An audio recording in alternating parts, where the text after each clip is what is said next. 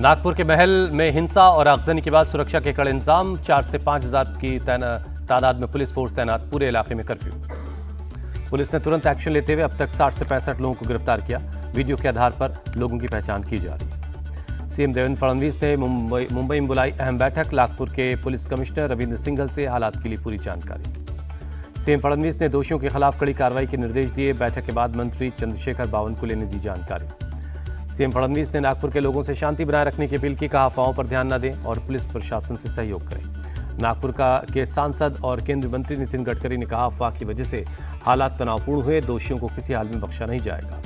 AIMIM नेता वारिस पठान ने BJP पर साधा निशाना, कहा नफरती बयानबाजी की वजह से हुई हिंसा, सीएम फडणवीस से तुरंत कार्रवाई की मांग की। कांग्रेस नेता विजय वडेट्टीवार ने नागपुर हिंसा को लेकर सत्ता समर्थक संगठनों पर आरोप लगाया, कैबिनेट में शामिल मंत्रियों को बताया जिम्मेदार। औरंगजेब की कब्र पर हो रहे प्रदर्शन के दौरान दो पक्षों में हुई भिड़ंत, दोनों पक्षों के बीच जमकर पत्थरबाजी हुई, कई घरों को पहुंचा नुकसान। महल में भिड़ंत के दौरान उपद्रवियों ने जमकर आगजनी की, 25 से 30 गाड़ियों को आग के हवाले कर दिया, जेसीबी भी जला दी। मौके पर पहुंची पुलिस फोर्स पर उपद्रवियों ने किया हमला, एक डीसीपी समेत कई पुलिस वाले जख्मी। नागपुर में हिंदूवादी संगठनों ने औरंगजेब के प्रतीकात्मक कब्र में लगाई थी आग। मुस्लिम समुदाय का आरोप, कब्र पर चढ़ी हरी चादर पर कुरान की आयतें लिखी थी। औरंगजेब की कब्र हटाने की मांग को लेकर महाराष्ट्र में बवाल, विश्व हिंदू परिषद और बजरंग दल ने किया प्रोटेस्ट। संभाजीनगर में औरंगजेब के मकबरे की बढ़ाई गई सुरक्षा। औरंगजेब की कब्र पर सीएम फडणवीस की चेतावनी, कहा औरंगजेब की कब्र का महिमा मंडन नहीं करने देंगे, किसी ने महिमा मंडन किया तो सबक सिखाएंगे। सीएम फडणवीस का साफ संदेश, औरंगजेब की एएसआई संरक्षित इमारत की राज्य सरकार सुरक्षा करेगी, लेकिन उसका महिमा मंडन बर्दाश्त नहीं करेंगे। शिवसेना यूबीटी नेता अरविंद सावंत ने सीएम फडणवीस के बयान का किया स्वागत, पूछा आखिर ये मुद्दा कहां से आया, इसकी जांच होनी चाहिए। औरंगजेब की कब्र के मुद्दे पर महायुति में दरार, एनसीपी अजित गुट कब्र को बचाने के पक्ष में है, वीएचपी और बजरंग दल को लगाई लताड़। अजित गुट के विधायक अमोल बिटकरी बोले औरंगजेब को यहां दफनाया गया, ये कब्र उसका सबूत है। शरद गुट के विधायक रोहित पवार बोले कब्र हटाकर बीजेपी इतिहास बदल देगी, 200 साल बाद ये लोग पूरा इतिहास ही बदल देंगे। एमएनएस प्रमुख राज ठाकरे ने आज सावरकर ऑडिटोरियम में पार्टी नेताओं की बैठक बुलाई, औरंगजेब के मुद्दे पर बोल सकते हैं राज ठाकरे। जबलपुर की सियासत में भी औरंगजेब की एंट्री, महिला कांग्रेस नेता रेखा जैन ने परशुराम से की औरंगजेब की तुलना। रेखा जैन की पोस्ट पर सख्त कांग्रेस, नोटिस थमाया, 48 घंटे में माफी मांगने के निर्देश। यूपी के संभल में सरकारी जमीन पर बनी मस्जिद और 34 मकानों पर हो सकता है एक्शन, डीएम ने जांच के दिए निर्देश, अवैध पाए जाने पर चलेगा बुलडोजर। संभल में सैयद सालार गाजी की याद में लगने वाले मेले पर रोक, एसपी के मुताबिक कुछ लोगों ने जताई है आपत्ति। नेजा मेले पर रोक को लेकर सियासत शुरू, अखिलेश ने नेजा मेले की तुलना महाकुंभ से की। उत्तराखंड के सीएम धामी का मदरसों के खिलाफ बड़ा एक्शन, 15 दिनों में 55 मदरसों को सील किया। देहरादून के विकास नगर में 12 और खटीमा में 9 मदरसों को सोमवार को सील किया गया। आज भी खटीमा में सील किए जाएंगे अवैध मदरसे। बिहार में पुलिस पर हमले की वारदात जारी, मुजफ्फरपुर में जजुआर थाने पर शराब माफिया का हमला, गेट तोड़कर अंदर घुसने की कोशिश, थाने पर किया पथराव। शराब की तस्कर मनीष के घर पर 14 मार्च को रेड के दौरान पुलिस पर हुआ हमला, जान बचाकर भागे पुलिस वालों का पीछा कर थाने तक पहुंचे हमलावर। थाने पर हमले का वीडियो अब हुआ वायरल, पुलिस ने वीडियो के आधार पर 40 के खिलाफ नामजद और 50 अज्ञात लोगों के खिलाफ एफआईआर की है। बिहार के मुंगेर में पुलिस ने 3 महिला समेत 24 लोगों को गिरफ्तार किया। फासियाबाद गांव में पुलिस पर हमले का आरोप है। 2 आरोपी को पकड़ने गई पुलिस टीम पर भीड़ ने किया हमला, पुलिस के 3 जवान हुए थे जख्मी। पुलिस ने 28 लोगों के खिलाफ दायर की नामजद रिपोर्ट, वीडियो के आधार पर हमलावरों की पहचान की गई है। बिहार विधानसभा में कानून व्यवस्था के मुद्दे पर घमासान, विपक्षी विधायकों ने नीतीश सरकार को घेरा। तेजस्वी बोले बिहार में पुलिस भी सुरक्षित नहीं है। आरजेडी नेता तेजस्वी यादव बोले बिहार लगातार बढ़ रहा है, बिहार में क्राइम बढ़ रहा है, लेकिन सीएम नीतीश कुमार हैं अचेत अवस्था में।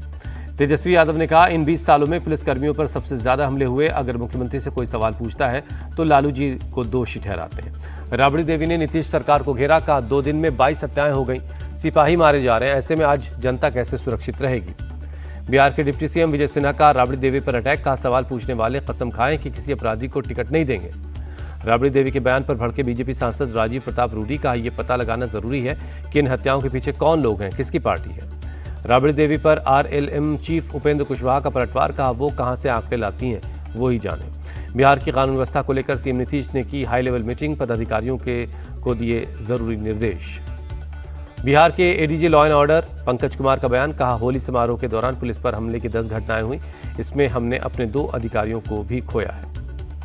कांग्रेस महासचिवों और राज्य प्रभारियों की आज शाम 5 बजे बैठक, कांग्रेस अध्यक्ष मल्लिकार्जुन खड़गे ने बुलाई बैठक। वक्फ संशोधन बिल को लेकर आर पार की लड़ाई में मुस्लिम पर्सनल लॉ बोर्ड दिल्ली के जंतर मंतर पर हुआ प्रोटेस्ट, कांग्रेस, सपा, टीएमसी समेत कई दल के नेता शामिल हुए।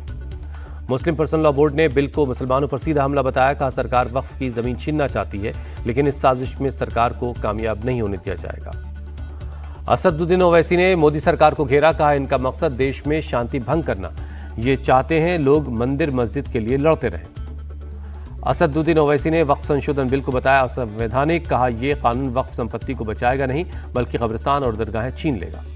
असदुद्दीन ओवैसी की टीडीपी, जेडीयू और चिराग पासवान को 2 टूक, कहा अगर वक्फ संशोधन बिल का समर्थन किया तो मुसलमान इन्हें कभी माफ नहीं करेंगे। कांग्रेस नेता इमरान मसूद बोले, वक्फ बिल के खिलाफ देश भर के मुसलमान सड़कों पर उतरेंगे और अगर खून की जरूरत होगी तो खून भी देंगे। टीएमसी नेता महुआ मोइत्रा का मोदी सरकार पर अटैक, मुसलमानों को देश से बाहर करना चाहती है सरकार, उनकी नजर इनकी प्रॉपर्टी पर है।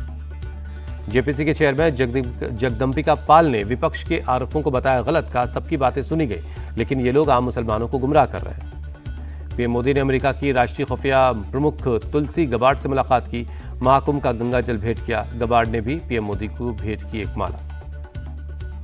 भारत दौरे पर आई अमेरिकी खुफिया एजेंसी की प्रमुख तुलसी गबार्ड ने राजनाथ सिंह से की मुलाकात, कई मुद्दों पर बातचीत हुई। राजनाथ सिंह ने अमेरिका के सामने उठाया खालिस्तानी संगठन सिख फॉर जस्टिस का मुद्दा, कड़ी कार्रवाई करने की मांग की। दिल्ली में बिल गेट्स से मिले केंद्रीय मंत्री शिवराज सिंह चौहान, का कृषि, महिला सशक्तिकरण समेत कई मुद्दों पर बातचीत हुई।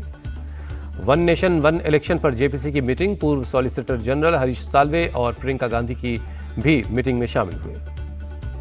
हरीश साल्वे ने एक राष्ट्र एक चुनाव पर दी डिटेल जानकारी, बीजेपी सांसद भर्तृहरि महताब बोले, इससे देश में स्थिरता आएगी। लखनऊ में आयोजित इफ्तार पार्टी में शामिल हुए सपा चीफ अखिलेश यादव, पार्टी ने सपा के कई अन्य नेता भी शामिल हुए।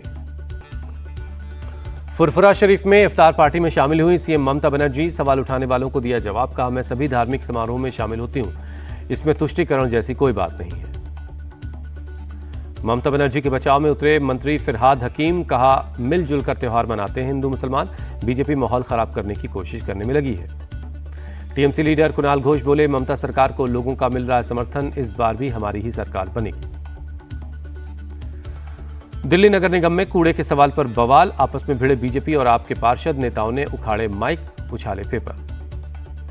साल 2020 में दिल्ली जल बोर्ड के दफ्तर में तोड़फोड़ का मामला, 30,000 कोर्ट से राउज एवेन्यू कोर्ट में ट्रांसफर हुआ केस। तोड़फोड़ के मामले में बीजेपी सांसद योगेंद्र चंदौलिया के आरोपी होने की वजह से केस ट्रांसफर हुआ। राउज एवेन्यू कोर्ट ने शिकायतकर्ता राघव चड्ढा को सप्लीमेंट्री चार्जशीट की कॉपी देने का निर्देश दिया। हरियाणा सरकार ने 2 लाख करोड़ से ज्यादा का बजट पेश किया, लाडो बहन योजना के लिए 5,000 करोड़ का प्रावधान। बजट पेश करने के दौरान बोले सीएम नायब सिंह सैनी, SYL नहर से पंजाब से हरियाणा को उसके हक का पानी दिलवाएंगे। हरियाणा के मंत्री अनिल विज बोले, बजट में प्रदेश के हर कोने और हर वर्ग का विकास पहुंच रहा है, यही प्रावधान किया गया है। हरियाणा के पूर्व सीएम और कांग्रेस नेता भूपेंद्र सिंह हुड्डा बोले, बजट में प्रदेश के विकास का कोई प्रावधान नहीं।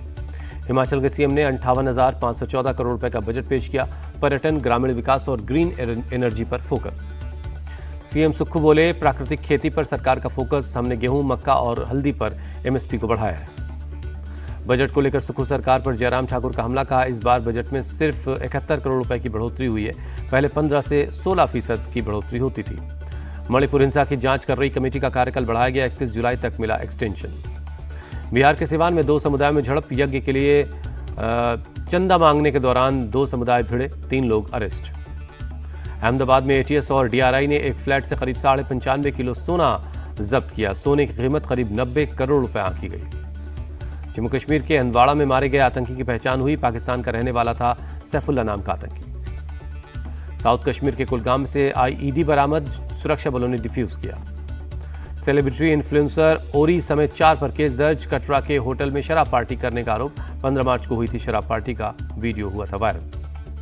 कटरा होटल रेस्टोरेंट एसोसिएशन के प्रेसिडेंट की अपील, माता वैष्णो देवी की पवित्रता का ख्याल रखें, कटरा के होटलों में लहसुन प्याज तक का इस्तेमाल नहीं होता है। गोल्ड स्मगलिंग की आरोपी एक्ट्रेस रान्या राव की जमानत याचिका पर सुनवाई हुई, कोर्ट ने DRI से मांगा जवाब, अगली सुनवाई 19 मार्च को होगी। मिर्जापुर पुलिस की बड़ी कार्रवाई, युवती से रेप की कोशिश करने वाले आरोपी मुठभेड़ के दौरान गिरफ्तार। हरियाणा के करनाल में होली के दिन हुई चाकूबाजी के मामले में मुख्य आरोपी गिरफ्तार। 2 पक्षों की लड़ाई में 11वीं के छात्र की चाकू लगने से हुई थी मौत। यूपी के मुजफ्फरनगर में एक पंचायत का तुगलकी फरमान, 60 साल के बुजुर्ग को जूते मारने की सजा। बुजुर्ग पर एक युवती ने रेप की कोशिश का आरोप लगाया। दिल्ली में महिलाओं की सुरक्षा पर पुलिस का फोकस, शिष्टाचार दस्ता किया तैयार। राजधानी में ही 30 टीमें तैनात होंगी। दिल्ली में पुलिस के शिष्टाचार स्क्वाड ने साउथ कैंपस में चलाया जागरूकता अभियान, छात्राओं से उनकी सुरक्षा को लेकर बातचीत की। ओबीसी समुदाय के लिए तेलंगाना सरकार का ऐलान, शिक्षा, नौकरी और राजनीति से मिलेगा 42% आरक्षण। ओडिशा सरकार ने 6,117 करोड़ रुपए के निवेश को मंजूरी दी। डेक्स सेक्टर में 17,000 से ज्यादा लोगों को रोजगार मिलेगा। नासा के अंतरिक्ष यात्री सुनीता विलियम्स और बुच विल्मोर की आज धरती पर वापसी होगी। शाम 5:57 पर फ्लोरिडा में समंदर के किनारे लैंड करेंगे। दिल्ली कैपिटल्स ने फाफ डुप्लेसिस को बनाया टीम का उपकप्तान। सोशल मीडिया प्लेटफॉर्म एक्स पर वीडियो पोस्ट करके जानकारी दी। विराट कोहली ने जसप्रीत बुमराह की तारीफ की, बोले वो सभी फॉर्मेट में दुनिया के बेस्ट बॉलर। बुमराह की हर गेंद एक माइंड गेम की तरह होती है। आज से इंग्लैंड में शुरू हुआ कबड्डी वर्ल्ड कप 2025। भारत समेत कुल 10 टीमें टूर्नामेंट में हिस्सा लेंगी। 5-5 टीमों के 2 ग्रुप बनाए गए हैं। ग्रुप बी में टीम इंडिया के साथ इटली, स्कॉटलैंड, वेल्स, हांगकांग, चीन शामिल है। ग्रुप ए में हंगरी, इंग्लैंड, पोलैंड, जर्मनी और यूएसए की टीम है।